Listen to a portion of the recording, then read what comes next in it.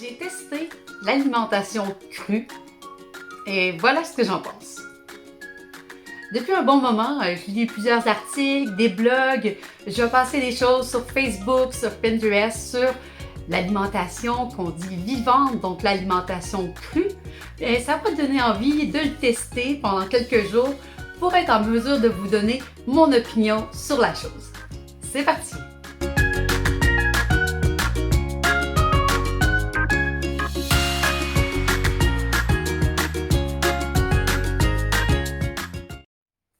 Alors bonjour et bienvenue dans cette nouvelle vidéo de Astuces Vie Saine. Moi c'est Sophie et je vous publie du contenu 2 fois par semaine ici sur YouTube. Je vous parle d'alimentation, santé, bien-être pour avoir une vie plus saine évidemment. Si ce n'est pas déjà fait, je t'invite d'ailleurs à t'abonner juste au bas de la vidéo. Active la cloche pour ne rien rater des prochaines sorties de vidéos. Au passage, reste bien jusqu'à la fin parce que c'est là que je vais te donner mon opinion toute crue, sans mauvais jeu de mots, sur mon test de l'alimentation vivante. On va commencer par expliquer ce que c'est l'alimentation vivante, en fait, l'alimentation crue. C'est assez simple, mais on va quand même prendre le temps de vous l'expliquer.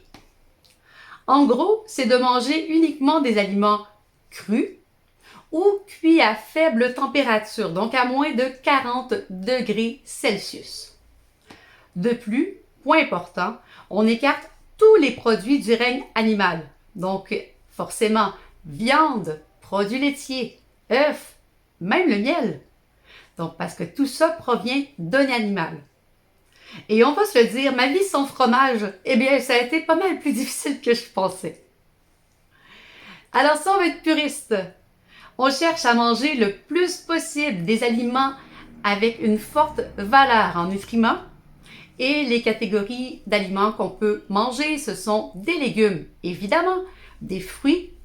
Ensuite, on va également manger des noix, des graines, des légumineuses, des pousses et finalement des céréales. Les crudivores espèrent avec ce mode d'alimentation vivre mieux et plus longtemps, prévenir les maladies et l'élimination des déchets de l'organisme. Mais est-ce que c'est vrai au fond? Vu que je suis une fille positive, on va commencer par les points positifs de l'alimentation crue. Bien, c'est sûr que si tu regardes dans l'absolu, il existe des bénéfices vraiment impressionnants à l'alimentation vivante. Tout d'abord, le premier point, c'est que forcément, on augmente de façon drastique notre consommation de fruits et de légumes, ce qui en soi est un gain pour à peu près tout le monde. Je pense que la plupart des gens ne mangent pas suffisamment de fruits et de légumes parce que c'est tellement plus simple de faire du riz et des pâtes. La plupart des nutriments, tels que je l'ai expliqué dans d'autres vidéos, sont le plus souvent présents dans l'aliment cru plutôt que cuit. Donc, forcément, on en absorbe plus. Prenons par exemple les antioxydants, les fibres, le sucre sont souvent détériorés par la cuisson. Et bien là, c'est sûr qu'en les mangeant crus, vous avez 100% de nutriments. Ensuite, on coupe tout ce qui vient du monde animal, mais aussi tous les excitants, comme le café, le sucre. Oui, le sucre. Donc, c'est un grand changement pour, encore une fois, la grande majorité des gens. Donc, forcément, en enlevant ces éléments-là de notre alimentation, on devient plus énergisé. Puisqu'on consomme moins de sucre, on n'a pas ce qu'on appelle une baisse de sucre suite à un repas. Vous savez, le petit coup de fatigue là, dans l'après-midi après avoir trop mangé ou quand on prend un café, souvent on va avoir une baisse d'énergie également. Donc, les puristes de l'alimentation vivante vous diront qu'ils vivent un regain d'énergie, une augmentation de leur clarté mentale également. Ensuite de cela, les autres points positifs qu'on voit, ce sera la meilleure digestion. Donc, on ingère plus de fibres, mais aussi les enzymes naturelles des fruits et des légumes, eh bien, ils sont toujours présents dans la version crue, ils sont dénaturés lors de la cuisson. Si votre corps n'a pas à produire d'enzymes qui sont déjà dans l'assiette, eh bien, vous digérez mieux et plus facilement. C'est moins difficile, ça prend moins d'énergie à vos intestins pour digérer la nourriture. Alors forcément, là, cette énergie est disponible ailleurs dans votre corps. Et comme l'intestin est souvent ce qu'on appelle le deuxième cerveau du corps, votre intestin sera moins fatigué, moins stressé qu'on appelle. Alors, on voit souvent, selon les gens qui font l'alimentation crue, une meilleure immunité. Donc, meilleur système immunitaire. Les autres points que j'ai vus aussi, ce serait qu'on pourrait parler d'une perte de poids, baisse du mauvais cholestérol. Par contre, ces bienfaits-là dont je viens de vous parler ne sont pas tous approuvés par le corps médical. Donc, certains corps médicaux n'acceptent pas que ce soit l'alimentation crue qui mène à ces bienfaits-là. Donc, à prendre avec un grain de sel. Et puis également, l'autre chose, comme tout changement d'alimentation, si vous prenez de la médication, parlez-en à votre médecin d'abord, parce qu'il peut y avoir des contre-indications, évidemment. C'était pas mal ça pour les points positifs. Maintenant, on va aller avec les points négatifs ou les contre, comme vous désirez. La première chose qui m'a vraiment sauté aux yeux, c'est le risque de carence alimentaire. Avec un type de diète restrictive comme ça, c'est qu'on peut vite avoir des carences, notamment pour la vitamine B12, le fer, la vitamine D et les protéines. Donc, souvent aussi, on va se lancer dans un nouveau type de diète sans être nécessairement préparé ou suffisamment informé. Donc, c'est là que les carences vont se produire. Quelqu'un qui est vraiment préparé, qui fait ça depuis longtemps, puis qui sait où aller chercher ses protéines, ses vitamines, qui prend des compléments, je dis pas qu'il peut avoir des problèmes. Mais si on essaie un type de diète comme ça, sans être vraiment préparé, c'est là que les carences peuvent être un problème pour votre santé. L'autre chose, c'est que certaines vitamines, comme la bêta-carotène dans les carottes ou le lycopène dans les tomates, il devient efficace, donc biodisponible, seulement après la cuisson. Le lycopène est notamment un alicament, un médicament qui est prouvé pour avoir des bons effets pour la santé en association avec le poivre, le curcuma pour être un aliment anti-cancer. Donc, il doit vraiment être cuit pour ça par contre. Et également, certains aliments ne sont juste pas propres à la consommation avant la cuisson. Citons seulement la pomme de terre, qui est l'exemple le plus commun. Une pomme de terre ne se mange pas crue, mais seulement cuite. L'autre chose, c'est que cela nécessite plus de préparation et beaucoup plus de planification que de faire un repas classique. Donc, si on veut faire des pousses, par exemple, ça prend de l'équipement.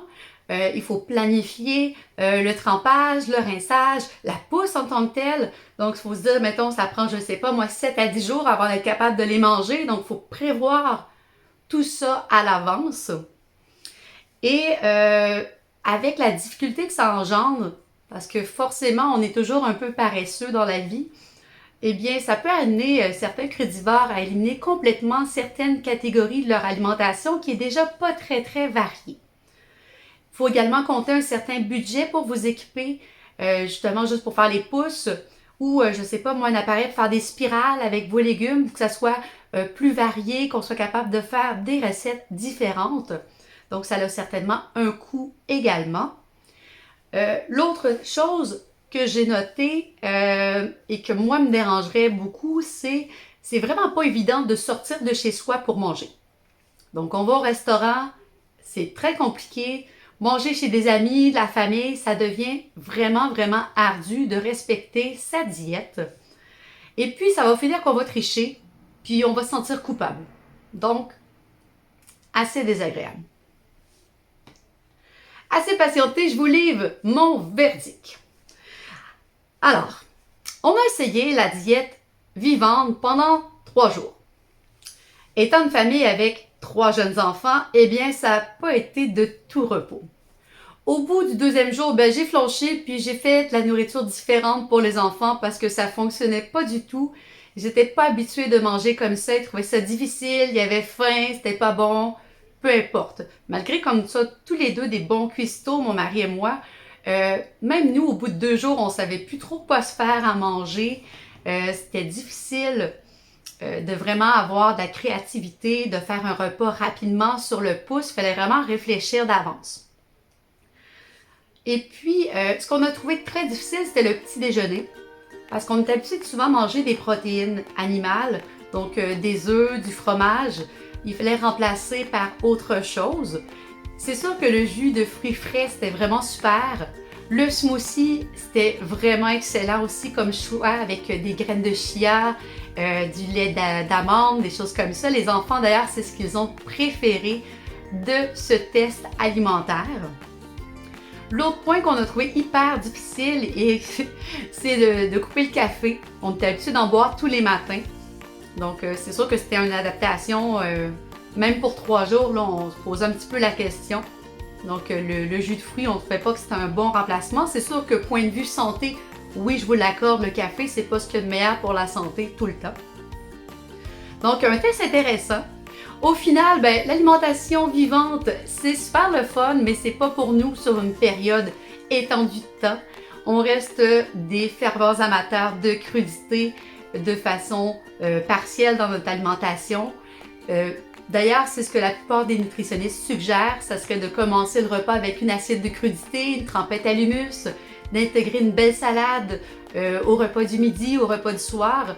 Donc, on peut faire manger du cru, oui, mais à petite dose, que ça s'intègre davantage dans notre mode de vie qui est plutôt rapide et moderne. Donc c'est sûr que ça nous a permis de redécouvrir certains aliments et on a redécouvert des herbes, des aromates qu'on avait peut-être un petit peu laissé de côté dans les derniers mois. Donc ça a été vraiment un point très positif. Alors voilà, j'espère que cela vous aura donné envie.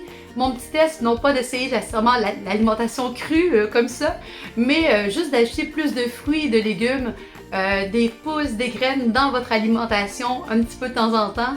Un régime trop restrictif, comme n'importe quoi, la variété, la mesure, c'est toujours la clé.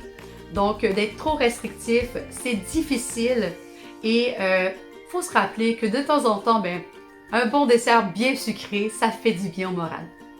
Alors voilà, c'est tout pour cette fois. Je vous dis à très bientôt dans une prochaine vidéo. Bye!